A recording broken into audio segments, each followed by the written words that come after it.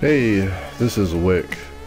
So I've went through 15 NES games so far, and I kind of want to recap and reflect on the ones that I feel are the best, and the ones I want to play more of, and the ones I want to recommend to friends. You know, all that good stuff. So, basically I'll go through each game here and give my opinion on whether it should be played or ignored. Remember, this is just my opinion based on the first impression of the game, so yeah, feel free to debate anything. Okay, the first game was 10-Yard Fight. I say ignore it. Unless you need to burn an hour with a friend or something, it's just not worth it. One player, and even with a friend, it's pretty boring. Next is 1942, and I say ignore it. Play 1943 instead because it's way better. And if you want to play 1942, I think you should do it after 1943, and maybe even after Abadox, but we'll get to Abadox. 1943. I say play this one. It's not the best shoot 'em up out there, but it's still a great game, and the option to adjust stats in the beginning adds a lot to it. So play this one, and then if you have to, play 1942 after that. 3D World Runner, or the Battles of 3D World Runner. Definitely play this one. I was just amazed by this game. It's full of charm and wonder. The controls are epic, and it's just all around fun. This is probably my favorite game out of the 15. Just do yourself a favor and try this one out. 720. Ignore it. While it's not a terrible game, it does get annoying running into things and getting hit by cars, just because your FOV is so low. I personally didn't enjoy the game much, and I think there's a lot more out there to offer. Next is 8 Eyes. I'm going to say ignore this one as well.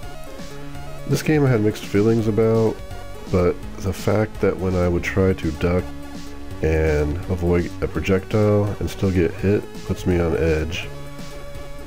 It is natural gaming instinct to duck when trying to avoid thrown daggers. Play Castlevania instead. I did enjoy the bird mechanic, that was cool. And the two-player mode is intriguing to me, and I still may have to try that. But yeah, just ignore this one. Play Castlevania. Abadox. Play it. It's a solid shooter with a great personality. It's hard, it's unforgiving, but in a good way. And compared to 1942 and 1943, I think it's probably slightly better than 1943.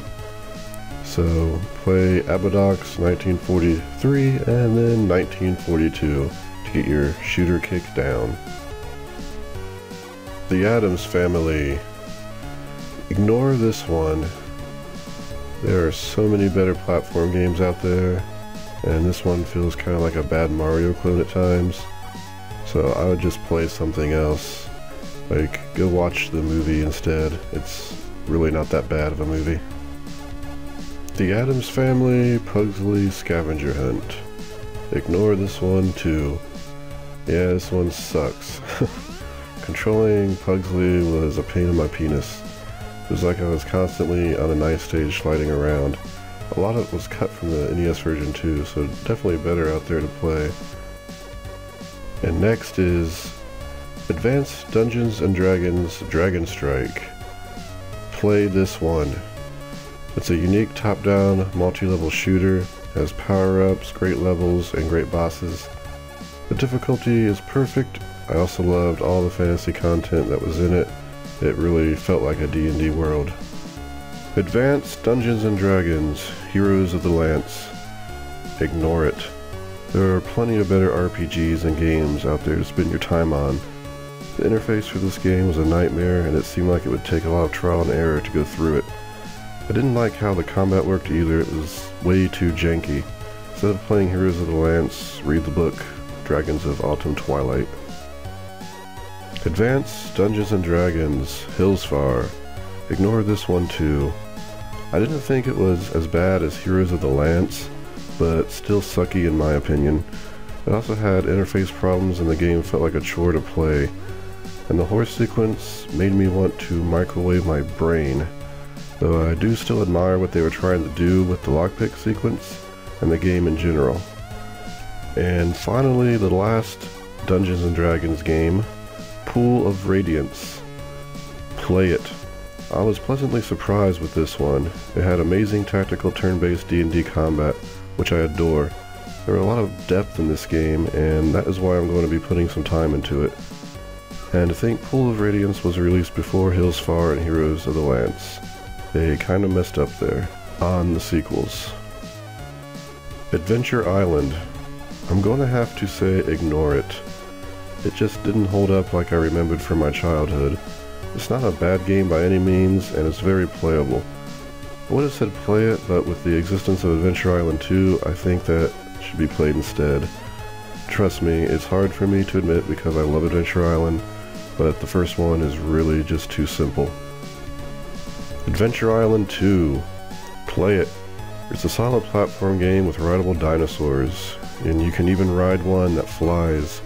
Honestly, this kind of puts the first Adventure Island to shame.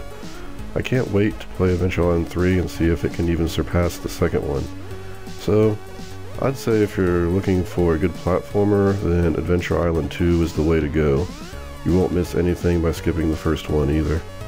So, that's it. The first 15 NES games in alphabetical order. I'm going to try every NES game released in the United States in alphabetical order and get a first impression of the game. The goal is to find the games that are worth playing and owning. If you'd like to follow my progress, please consider subscribing. I'm an amateur gamer that wants to find the gems I missed from my childhood, so please don't take any of my views of the games seriously. Everything I say is my opinion, just as you have a right to your own opinion. I love friendly debates about games, so comment away. And this has been Wick. Until next time.